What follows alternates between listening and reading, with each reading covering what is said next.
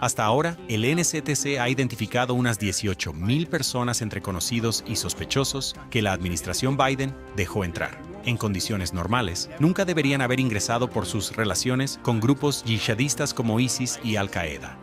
Estas eran las cifras que proporcionaba hace unas horas Joe Kent, el director del NCTC, es decir, el Centro Nacional de Contraterrorismo estadounidense. Asegura que se han hecho grandes avances en la lucha contra el terrorismo desde que el presidente Donald Trump asumiera el cargo. Por ejemplo, dice, los yihadistas del Estado Islámico, el ISIS y de Al-Qaeda están huyendo de Irak y Siria. Y que huyen, dice, por la decisión que tomó el mandatario de lanzar ataques quirúrgicos con precisión militar. Pero lo que más le preocupa es la amenaza que representan todas esas personas identificadas o sospechosas de ser terroristas que la administración anterior dejó entrar al país. Esas 18,000, que ahora veremos. Además, la agricultura regenerativa ha llegado.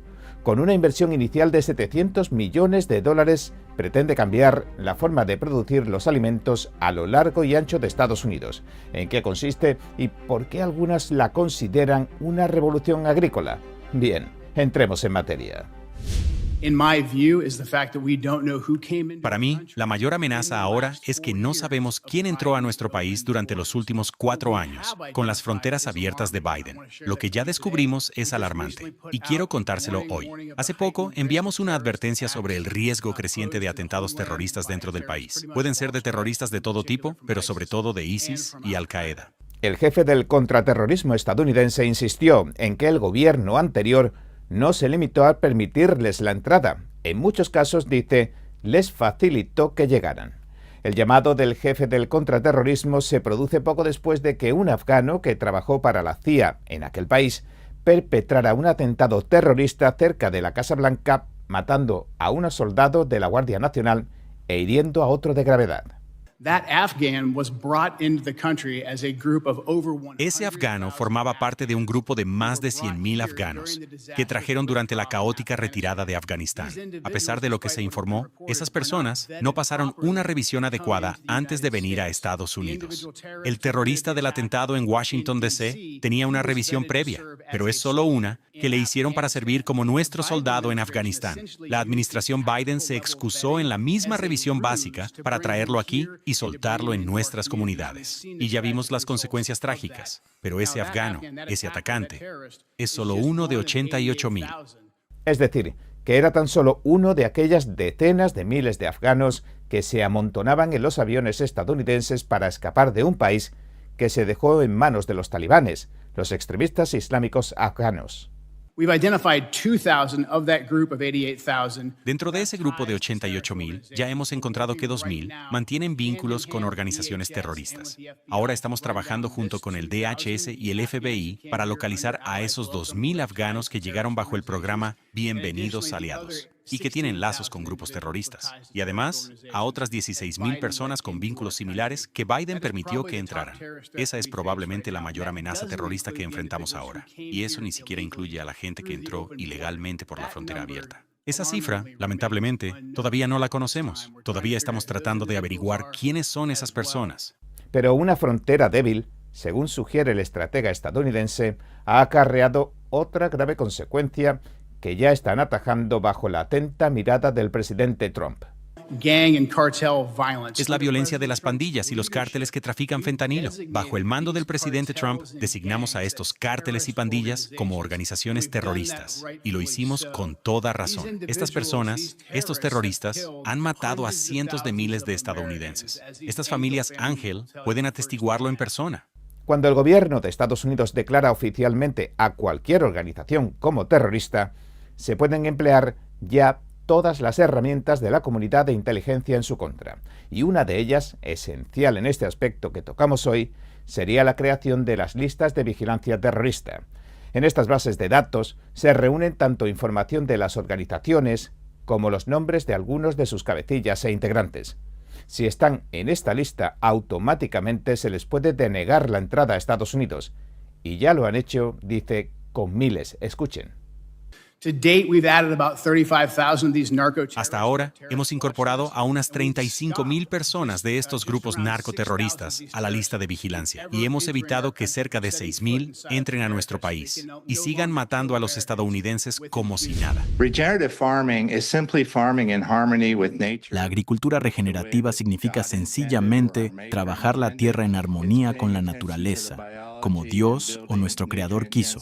Se trata de prestar atención a la biología y aumentar los nutrientes del suelo, de las plantas y de los cultivos que comen nuestros animales, en nuestro caso, gallinas y vacas, para que al final la leche y los alimentos que llegan a las personas tengan más valor nutritivo y así contribuir a la mejora del planeta. Este es Blake Alexander. Es el propietario de la primera granja lechera orgánica regenerativa que ha certificado Estados Unidos. Vivir en armonía con la naturaleza significa que limpiamos el agua de nuestra granja, evitamos problemas que perjudican el suelo y el agua, y que incluso mejoramos la calidad del aire. Todos salen ganando, la vida silvestre, el ecosistema y nosotros mismos. La secretaria de Agricultura, Brooke Rollins, lanzaba ayer mismo este nuevo programa piloto de agricultura regenerativa, Los Agricultores Primero. El gobierno invertirá $700 millones en programas para implantarla en un sector que, en su opinión, necesita, por un lado, dar prioridad al cuidado de los recursos naturales como el suelo, el agua y los ecosistemas, y por el otro, a la productividad y prosperidad de la agricultura estadounidense. Daremos este apoyo a través de programas que ya están y que nuestros agricultores ya conocen y en los que confían. Proteger y mejorar la salud de nuestro suelo es crucial, no solo para que las tierras sigan siendo viables en un futuro, sino para que los agricultores estadounidenses tengan éxito. Si queremos seguir siendo los productores más eficientes y productivos del mundo, debemos proteger la capa superior de nuestro suelo de la erosión innecesaria y fortalecer el microbioma del suelo. El anuncio de hoy fomenta estas prioridades y al mismo tiempo financia a los agricultores que quieran pasarse a la agricultura regenerativa. La secretaria Rollins asegura que este programa piloto aúna todos y cada uno de los programas de conservación anteriores en uno solo, que abarca lo mismo que todos y cada uno de esos programas, pero a la vez y juntos, no por separado. Los productores se beneficiarán de una sola solicitud, reduciendo la burocracia y facilitando el acceso a la conservación, haciendo que nuestros programas tengan más impacto. Como ha hecho el presidente Trump desde el primer día, estamos comprometidos con restaurar la fortaleza natural de Estados Unidos, empoderando a los productores con herramientas simples basadas en resultados. Los productores en cualquier etapa, desde principiantes que apenas comienzan con cultivos de cobertura, hasta operaciones avanzadas con años de experiencia en conservación, muchos de ellos presentes hoy, encontrarán un camino a través de este piloto. Los resultados de cada productor se medirán y se reconocerán en un informe de resultados, premiando las mejoras que logren en sus tierras. Con esta iniciativa, la jefa de Agricultura asegura que pone a los agricultores estadounidenses primero y los hace partícipes de la solución para hacer que Estados Unidos vuelva a estar sano. Y es que para Rollins, apoyar que los alimentos que se consumen en Estados Unidos se cultiven en su propio territorio será clave para su misión: acabar con la crisis de enfermedades crónicas que azota el país. Y todo pensando en el largo plazo y en la sostenibilidad. Por eso ya están planeando el siguiente paso: que la Agencia de Agricultura, conocida como el NRCS, el Servicio de Conservación de Recursos Naturales, trabaje mano a mano con las empresas privadas. Con la ley Sustains, llevaremos a socios corporativos, de marcas y de cadenas de suministro a asociarse directamente con el NRCS, apoyando financieramente para que se adopte la agricultura regenerativa, premiando a los agricultores y educando al consumidor. También planean que la Oficina de Agricultura Urbana y Producción Innovadora acerque a las ciudades y comunidades de todo el país la agricultura regenerativa. En su opinión, las ciudades y otras comunidades sería donde más se necesita este tipo de agricultura regenerativa, porque en esos sitios es justamente donde les resulta más difícil acceder a alimentos nutritivos. Todo esto se alinea con la agenda MAHA, Hagamos a Estados Unidos saludable otra vez, una agenda, unos planes cuya ejecución el presidente Donald Trump ha encargado al secretario de Salud, Robert Kennedy Jr.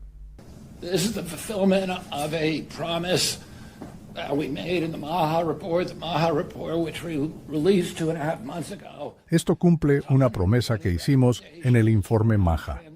El informe que publicamos hace 2 meses y medio tiene 120 recomendaciones para eliminar la epidemia de enfermedades crónicas y avanzar hacia un Estados Unidos más saludable. Entre esas promesas y recomendaciones estaba la de facilitarles a los agricultores del país una ruta de escape.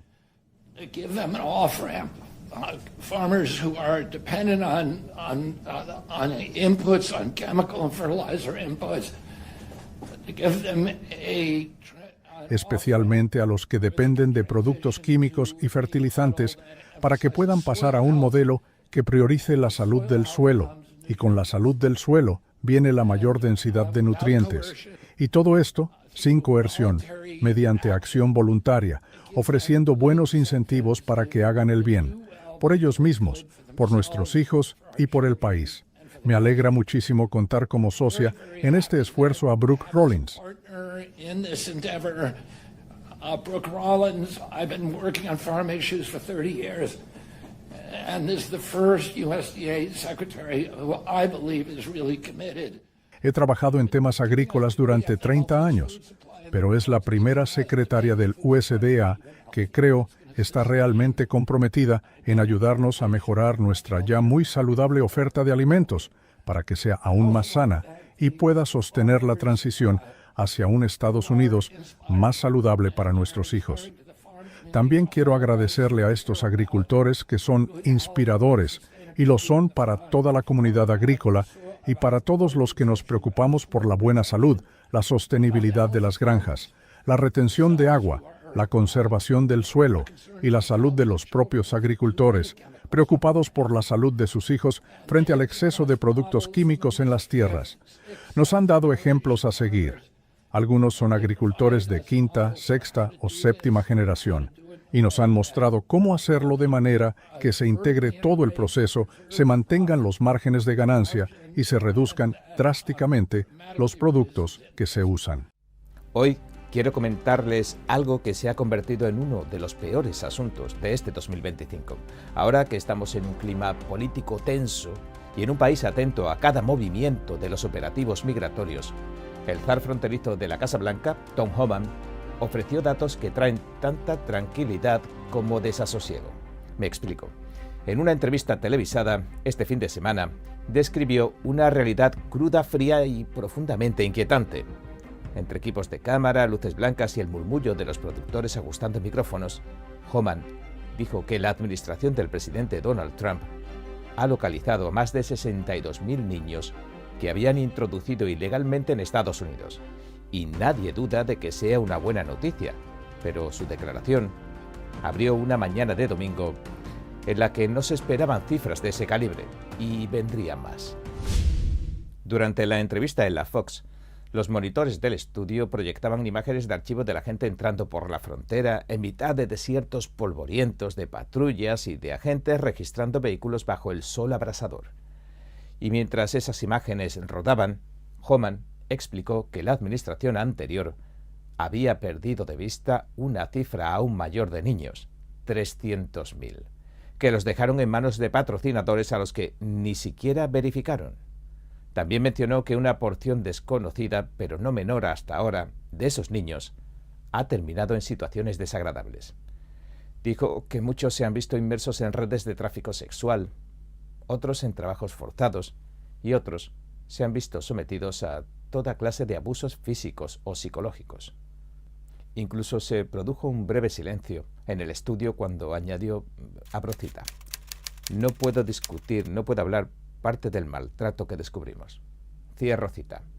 Ese silencio, apenas un par de segundos, fue suficiente para que la incomodidad casi se volviera tangible. Fuera del estudio, las calles de Manhattan seguían vibrando con el ruido incesante del tráfico, pero adentro, frente a la pantalla, Homan aseguró que el presidente Trump había dado una directriz inequívoca: encontrar a todos y cada uno de esos niños. No ofreció más detalles sobre los casos ni sobre los procedimientos que estaban llevando a cabo, aunque repitió que la meta y el compromiso eran completos y que, por ahora, habían salvado a más de 62.000 vidas infantiles. Esto en los 8 meses de mandato, horas después de la entrevista, y casi como una pieza complementaria en el rompecabezas informativo, la Agencia de Aduanas y Protección de Fronteras, la CBP, emitió un comunicado. Anunció que el número de personas que ahora encuentran tratando de cruzar la frontera sigue descendiendo, desplomándose. Algo más de 30.000 en noviembre en todo el país, unos pocos cientos por debajo de los que encontraron en octubre. El comisionado Rodney Scott dijo esto, que vamos a ver, abro cita. Nuestro enfoque es inquebrantable. Asegurar la frontera, hacer cumplir la ley y proteger a esta nación. A la declaración del comisionado Scott le siguió el anuncio de otro dato que inmediatamente llamó la atención en círculos políticos y mediáticos. La patrulla fronteriza aseguró que había liberado a un total de 0 inmigrantes ilegales en el país en los últimos 7 meses. En el mismo informe también se señalaba que en diciembre de 2024, el último mes de la administración Biden, se encontraron a más de 300.000 personas solo en el sector suroeste de la frontera. En contraste, los datos más recientes, correspondientes a septiembre de 2025 en el mismo sector, indicaban algo más de 11.000 encuentros, frente a los 300.000 de Biden. El cambio se produjo, en realidad, desde que la administración Trump llegó al poder. Desde su primer día, en enero, el presidente comenzó a firmar varias órdenes ejecutivas y memorandos. La declaración de emergencia en la frontera, la designación de varias pandillas criminales como organizaciones terroristas y el lanzamiento de operaciones federales contra inmigrantes ilegales en ciudades como Chicago y Los Ángeles. Cada una de esas medidas ha generado reuniones de última hora, conferencias de prensa y discusiones públicas encendidas, pero en el informe de la CBP aparecían simplemente como hechos, como piezas de una secuencia más amplia y bien planeada de acciones oficiales. Pero el 5 de diciembre, otro hecho añadió complejidad al panorama. La Corte Suprema aceptó revisar un caso para frenar uno de los decretos que firmó en enero el presidente Trump. El mandatario quería ponerle fin al derecho automático a la ciudadanía por nacimiento para los hijos cuyos padres se encuentren ilegalmente en el país. Los pasillos de la Corte Suprema, que se conocen por su silencio solemne y su arquitectura monumental, volvieron a ser escenario de un momento donde lo jurídico y lo político se tocaban. Varias cortes inferiores ya habían fallado en contra del decreto presidencial, y en mayo, un congresista demócrata incluso presentó un proyecto de ley para prohibir que se emplearan fondos federales para intentar aplicarla. Mientras tanto, en distintos estados, gobernadores y alcaldes se han mostrado reticentes a las operaciones de deportación del gobierno federal, del ICE. En conferencias locales, algunos líderes estatales describieron inquietudes sobre recursos, jurisdicciones y el impacto comunitario. En ciudades grandes y pequeñas, desde salas municipales hasta campus universitarios, se debatía sobre la expansión de estos operativos. En la misma semana en que Homan dio su entrevista, la administración anunció una pausa temporal de todas las solicitudes de inmigración, incluidas las de tarjetas de residencia para ciudadanos de 19 países. Esta medida afectaba a naciones que ya se encontraban bajo una prohibición de viaje desde hace meses. Son, como los llamaron, países del tercer mundo, aunque no todos eran del tercer mundo, una decisión que también se tomó tras el atentado de un joven afgano que dejó 2 miembros de la Guardia Nacional heridos. Uno de ellos fallecería poco después. En las oficinas de los abogados migratorios, los teléfonos comenzaron a sonar sin descanso según los informes. Esta política se publicó en el sitio web de los Servicios de Inmigración y Ciudadanía, el USCIS, y enumeraba los países afectados: Afganistán, Myanmar, Chad, República del Congo, Guinea Ecuatorial, Eritrea, Haití, Irán, Libia, Somalia, Sudán, Yemen, Burundi, Cuba, Laos, Sierra Leona, Togo, Turkmenistán y Venezuela. En el documento, redactado con un lenguaje tan técnico como administrativo, el USCIS detalló que la suspensión se aplicaba de manera inmediata a todos y cada uno de los beneficios migratorios relacionados con esos países. Las oficinas de la agencia a lo largo del país, desde centros de atención en Miami hasta instalaciones en Denver, reajustaron sus operaciones. Ahora, las salas de espera, donde normalmente resonaban conversaciones en distintos idiomas, se han tornado más silenciosas, mientras los solicitantes tratan de comprender el alcance de esta medida. Nos pusimos en contacto con el Departamento de Seguridad Nacional, el DHS, para saber sus impresiones, pero, como ocurre con bastante frecuencia en el periodismo, algunas respuestas tardarán en llegar. Y así, en medio de declaraciones oficiales, cifras que descienden, deliberaciones judiciales y operaciones federales que no cesan, resuena el dato con el que abrimos esta emisión. 62.000 niños localizados, según el zar fronterizo Homan. Más allá de los números y más allá de la política, esas cifras evocan imágenes difíciles de ignorar. Rostros jóvenes cruzando desiertos, coyotes traficándolos y abusando de ellos, mucho dinero cambiando de manos, pasos apresurados bajo la noche, linternas en el horizonte, rutas por terrenos irregulares y el sonido lejano de oficinas donde se procesan casos uno tras otro. Son escenas que ya hemos visto todos estos años y que hablan por sí solas. De hecho, con este informe no queremos ni cerrar ni abrir ningún debate, sino dejar constancia de los hechos para que usted, como público, con toda la información, se forme su propio juicio. Porque, al final de esta jornada fría en Washington, aún queda una verdad simple que resuena sobre todas las demás. Más allá de los titulares, de las cámaras y las estadísticas, a estos niños se les ha brindado una nueva oportunidad. Esperemos que los 240.000 restantes también la tengan. El zar fronterizo de la Casa Blanca, Tom Homan, también habló en la CNN con su estilo habitual, directo y sin rodeos. Aseguró que las operaciones de la administración Trump en Minnesota apuntan a sola y exclusivamente a inmigrantes ilegales y delincuentes. No van a por la comunidad somalí en general. Explicó que existe una gran comunidad somalí ilegal en el estado, no obstante, pero que los estadounidenses no tienen nada que temer. Homan detalló que los operativos buscan específicamente a amenazas para la seguridad ciudadana, amenazas para la seguridad nacional y a extranjeros ilegales. En su declaración puntualizó que incluso los residentes legales que tengan condenas por delitos graves pueden ser expulsados según la ley. Y es que esta ofensiva se hace en dos frentes conjuntos, el administrativo y el policial. Cuando le preguntaron si sabía el número de somalíes ilegales en Minnesota, Homan dijo que no se puede calcular con precisión porque hay más de 2 millones de ilegales que entraron sin ser detectados durante la administración anterior.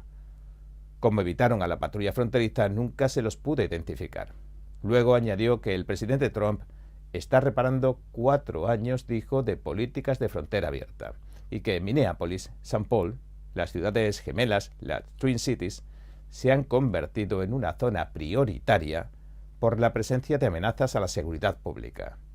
Homan también habló de las políticas de las ciudades santuario. Dice que estas dificultan la cooperación entre autoridades locales y federales, y que si Minnesota no fuese santuario, muchos de los arrestos podrían hacerse directamente en las cárceles del condado, y que esto evitaría operativos complejos en la comunidad.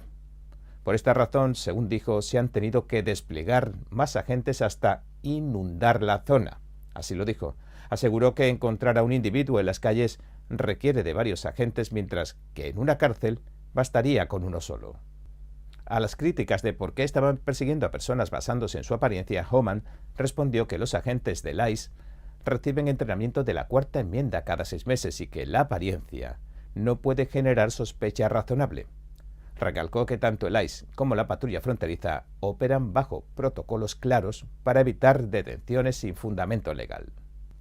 La entrevista también abordó los comentarios atribuidos al presidente Trump por referirse despectivamente, supuestamente, a los inmigrantes somalíes. La representante de ascendencia somalí, Ilhan Omar, lanzó estas acusaciones sobre las declaraciones de Trump y las descalificó. Homan respondió que el presidente se refería a amenazas criminales y no a comunidades enteras. Cuando le preguntaron por las tácticas del ICE, Homan dijo que los agentes afrontan un aumento del 1.200% en las amenazas que reciben Y entre las amenazas está la publicación de nombres, direcciones y toda clase de información personal de los agentes y sus familiares, agresiones e incluso atentados con armas de fuego. Aseguró que los oficiales actúan según la ley y que cualquiera que se interponga en el cometido de la ley tendrá que rendir cuentas. Añadió que la presión pública, con gran ayuda de los grandes medios y la política, ha distorsionado, en su opinión, la visión de los hechos, y que ahora los que hacen cumplir la ley parecen los villanos y quienes violan las leyes parecen ser las víctimas. Según los datos de Minnesota Compass, el medio, cerca de 80.000 somalíes viven en el estado y casi el 78% reside en el área metropolitana. El 21 de noviembre, el presidente Trump anunció que revocaba el estatus de protección temporal, el TPS de los somalíes en Minnesota, es decir, el derecho que tienen a permanecer en Estados Unidos, y citó las actividades de las pandillas somalíes para ello y un presunto lavado de dinero. En las redes sociales llegó a calificar al Estado como un centro de actividades fraudulentas después de que se descubrieran fraudes masivos en el Medicaid y en la atención de niños necesitados. De los cerca de un centenar de implicados, la inmensa mayoría eran somalíes. Pero el gobernador Tim Walz no le da la razón y criticó públicamente las operaciones del ICE en las Twin Cities. Esto lo analizamos en profundidad la semana pasada. Pueden ver los programas en el canal, están ahí, así que no entraremos mucho. Pero recordemos que contraatacó a la administración Trump diciendo que no es una solución real la que propone, porque en su opinión se trata más bien de espectáculos publicitarios, así los calificó. Mientras tanto, el Departamento de Seguridad Nacional informó una serie de arrestos bajo la operación Metro Search. Según la agencia, se enfocaba en los peores criminales extranjeros ilegales. Y entre los detenidos, varios son somalíes. Las declaraciones de Homan, las cifras que mencionamos y la actividad policial en Minnesota se entrelazan en un escenario en continuo desarrollo. La ofensiva federal, las posturas estatales y las tensiones políticas en torno a la comunidad somalí configuran un panorama complejo que sigue desplegándose. Seguiremos informando del rumbo de estas operaciones, sus resultados y sus implicaciones durante la semana, seguro. Bien, hasta aquí nuestro informe de hoy. Si le gustó, por favor, no olvide darle a me gusta, suscribirse y compartirlo. Gracias por ver En Primera Plana. Nos vemos mañana.